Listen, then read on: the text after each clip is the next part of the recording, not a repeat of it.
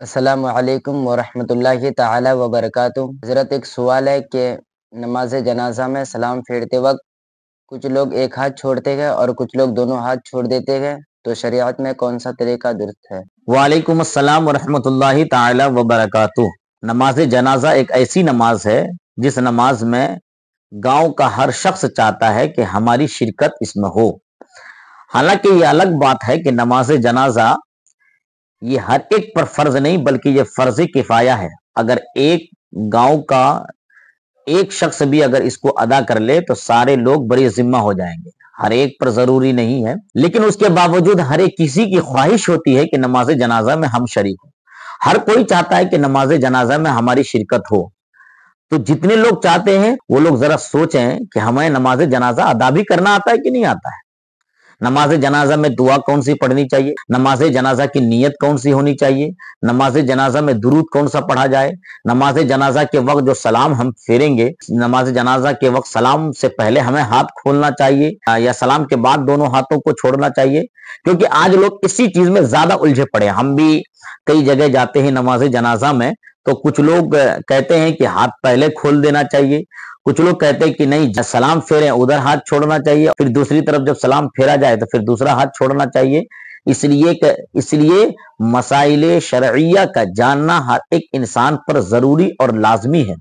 تو ہر انسان اس ویڈیو کو ضرور دیکھیں اور آخر تک دیکھیں، کیونکہ ہر کسی کو نماز جنازہ کی ضرورت پڑتی ہے، تاکہ آپ جب دوسری جگہ میں جائیں نماز جنازہ میں، آپ جب لوگوں کی بھیڑ میں رہیں گے تو آپ کو رسوا نہ ہونا پڑے، آپ شرمندہ محسوس اپنے آپ کو نہ کریں۔ اس لیے اس ویڈیو کو خصوصی توجہ کے ساتھ دیکھیں اور سنیں بھی اور اس کو یاد کر لیں، تاکہ آپ کو پھر دوبارہ یاد کرنے کی ضرورت نہ پڑے۔ دیکھیں نماز جنازہ جب آپ ادا کریں گے، پہلے نیت پڑھی جاتی ہے، اس کے بعد پھر تکبیر ہوتی ہے، پھر ثنا، پھر اس کے بعد دوسری تکبیر، پھر درود، پھر اس کے بعد تیسری تکبیر، پھر دعا، پھر اس کے بعد چوتھی تکبیر ہوتی ہے۔ اب چوتھی تکبیر کے بعد اب آپ کو کیا کرنا ہے؟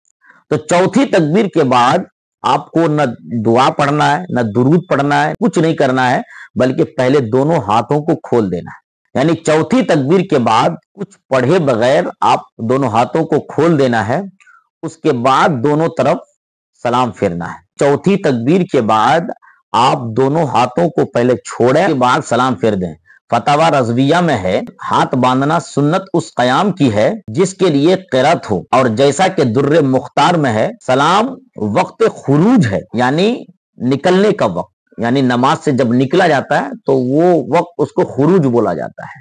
تو فرماتے ہیں سلام وقت خروج ہے، اس وقت ہاتھ باندھنے کی کوئی داعی نہیں۔ تو ظاہر یہی ہے کہ چوتھی تکبیر کے بعد ہاتھ چھوڑ دیا جائے۔ در مختار جلد 9 صفحہ نمبر 194 اور بہار شریعت جلد اول میں حضور صدر الشریعہ بدر الطریقہ ارشاد فرماتے ہیں کہ چوتھی تکبیر کے بعد بغیر کوئی دعا پڑھے ہاتھ کھول کر سلام پھیر دے۔ حصہ 4 صفحہ نمبر 835۔ تو خلاصہ ایک کلام یہ ہے کہ آپ نے جو سوال کیا ہے کہ دونوں ہاتھوں کو کب کھولنا ہے، سلام پھیرنے سے پہلے یا سلام پھیرنے کے بعد، تو در مختار، فتاوی رضویہ اور اس کے علاوہ بہار شریعت کی روایتوں سے ظاہر ہے کہ آپ کو ہاتھ سلام پھیرنے سے پہلے دونوں ہاتھوں کو چھوڑنا ہے۔ ایسا نہیں کہ ایک ہاتھ جدھر سلام پھیر رہے ہیں وہ والا ہاتھ چھوڑنا ہے، پھر دوسری طرف سلام پھیرے تو دوسرا ہاتھ کھولنا ہے، بلکہ آپ کو دونوں ہاتھ پہلے کھول دینا ہے، پھر اس کے بعد سلام پھیرا جائے۔ واللہ اعلم ورسولہ اعلم بالصواب۔